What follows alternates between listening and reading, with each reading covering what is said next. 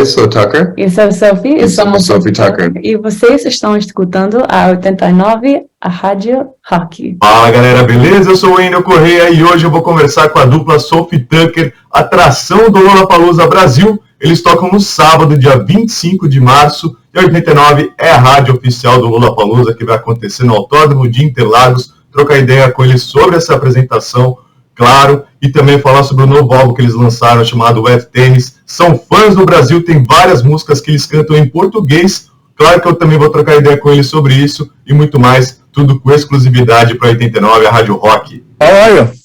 Good, how are you? I'm fine. I used to start the interview asking about Brazil, what do they know about Brazil, what remember from Brazil, but if I ask this question to you guys, I'm probably going to take 1 hour to talk about Brazil. But what is the difference of Brazil and different compared to different countries? Yeah, I would say that I just find the spirit of the people to be so aligned with my core values and who I am, because people tend to be, so into music. Like your average person is so talented at playing music, at feeling music in their bodies, at dancing. And, it's such an important part of the culture. And then people just tend to be really warm. They tend to, again, kind of like be like very embodied. Like that part of it is really attractive to me. And then the language for me is just the most beautiful language in the world. I also think for us as a band, it is just more important influence and more important, we feel like connection and closeness over anywhere else, because a lot of our songs are in Brazilian Portuguese, and because we work with Geral, the poet who lives in Rio, and we were just talking to today actually, and writing new songs together. So we just feel like it's almost part of SOFI TUKKER. It's like another member of the band is almost Brazil. Yeah, that's weird. Was it hard to learn Portuguese? No, because I think when you really love something, it's not hard. Like I was just so into learning it that, yeah, I look forward to, I studied it in college and I was like constantly studying and trying to speak as much as I could. And then when I lived in Brazil, I feel like it came pretty easily just because, I fell in love with so many people there. And so I wanted to communicate with them, and yeah, I just enjoy it. How was this experience of living in Brazil? You lived in Rio, right? Yeah, I lived in Rio, and it was, as you can imagine, it was one of the best times of my life because I'm still so obsessed with it. And actually, I was planning on moving back because I was living in Brazil, and then I was like, okay, well, this is my place. Like, I have to stay here forever. And then my parents convinced me to go back and finish college. And so then I was like, okay, well, then right after college, I'll come right back. But I have 1 more year to finish. So I went back for the year. And then that's when I met Tucker. And then he convinced me to move to New York instead. So instead of moving back to Brazil, I moved to New York. And, at one point, I do want to live there again. And you can help me understand it because I've been in Rio, of course. I live in São Paulo. I am in São Paulo right now. And I've only been in LA, in America. And some people compare LA to Rio and São Paulo with New York. Is that right? I think geographically, LA, it has the beaches, yeah. It has the palm trees, but I don't think it's really anything like it. Yeah. What do you think? I guess I can see New York and Sao Paulo. Yeah, I understand why people make the comparison, but it's also like not comparable.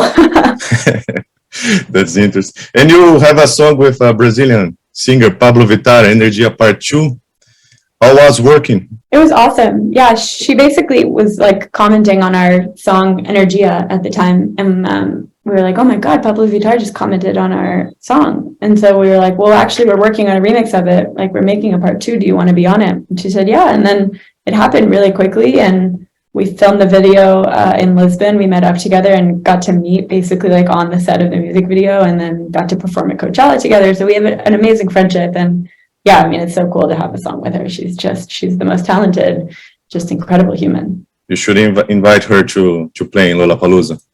Yeah, you should. It's going to be one of the highlights of the festival for sure. And any other Brazilian would you like to sing with? Interesting. At Lollapalooza, maybe Geral should come up. Or no, in general. in general? Yeah, any other names you would like to?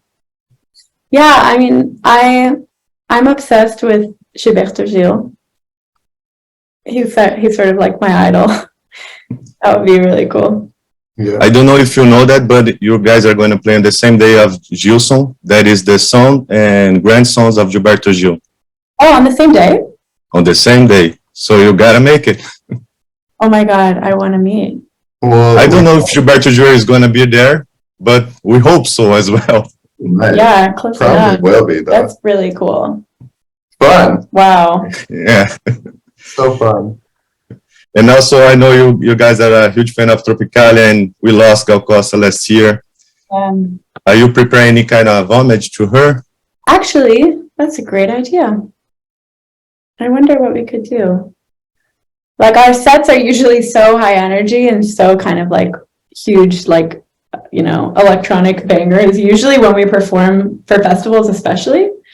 But maybe we can figure out a way to do that. Yeah, we hope so. And what the fans can expect for the performance on Lollapalooza? I was watching your show on Austin City Limits. That's some kind of... Yeah, it's going to be similar exactly to Austin City Limits. We're going to bring our whole wet tennis show. Mhm. We have a tennis court on the stage. We have Sophie playing guitar, singing. We have dancers. We have Scoreboard. scoreboard. We're going to put Brazil against all the other countries. See whose crowds go the who has craziest. the best crowd in South America. It's going to be a really fun time. That's a rivalry of Brazil and Argentina, so we're going to try to beat them. I know it's going to be pretty fun to get everybody riled up. And we are a rock station. I want to ask about the main rock influences you have on your song. Yeah, I mean, I feel like predominantly it's in the guitar. Like, we make dance music, electronic music, but we almost always incorporate, you know, live guitar, and I play on stage. And it's really fun for us to incorporate that sort of like organic, raw element into our music. And talking about the new album, it's a great album. Congrats for that. And it's an anagram for when everyone tries to evolve, nothing negative is safe. How was the name chosen? It's a great name, especially the anagram. Thank you. There's a lot of reasons for it. When we were it was in the pandemic when we were finishing the album, and Sophie was playing a lot of tennis at the time, and I play tennis, and for some reason, tennis was in our thought. We wanted to do something physical and active, and tennis is like, it's a sort of a metaphor for how we work. Like, all the ideas, we just hit the ideas back and forth to each other. And we kind of work like that together. And the idea of when everyone tries to evolve, nothing negative is safe, comes from the pandemic when we did live stream DJ sets every day for like hundreds of days. And a community around the world built that would watch every day called the Freak Fam. And we were so inspired by people dancing alone in their living rooms and staying positive in such a difficult time.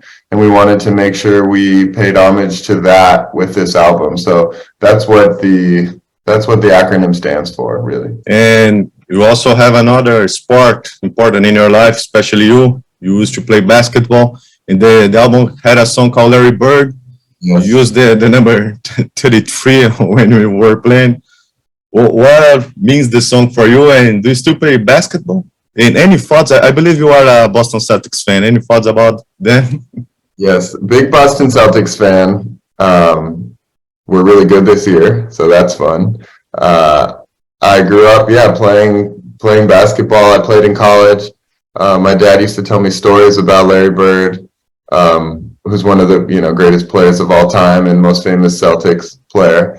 And we got my dad involved on the song Larry Bird. We recorded him telling stories like he used to tell me about Larry Bird in the song. And it's really just become, it's such a special song for me. It's like, it's paying homage to my whole life and what I worked for. And I think there's so many lessons that I took from basketball and that I have taken from Larry Bird and hearing stories about him that have played a big part in SOFI Tukker and has played a big part in in our journey and me as like a human being and work ethic and everything. So, I mean, I love basketball. I still shoot around. I don't play that much anymore, but I still got the shot.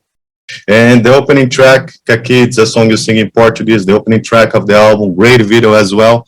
What means this song for you guys? Well, it's about my favorite fruit, the persimmon. And I think honestly, this song is like, it's just fun to do whatever we feel like doing. Like, it's such a weird song. It's like, at first it was kind of like a techno beat. It's really fast. And then I came in with the electric guitar, and then like there's a poem in Portuguese about persimmons. And like, for me, the freedom to just like mix all of those things together on one track, and it's like 2 minutes long, is a really good kind of like showcase of what I feel like we do with our creativity, which is do whatever is inspiring us in the moment. And it doesn't have to make sense. It doesn't have to have happened before. Like, I don't know if that song could have come out of anybody's brains but the two of us. And for that, I'm really proud. Do you write in Portuguese or do you write first in English and then translate to Portuguese? Well, so that was an example of, I actually was talking to Shakal. I was like, you know, it would be really cool if we wrote a song like about Kaki. And so he wrote the poem. And then when we were like recording it, I basically just like move around some words to make it flow better.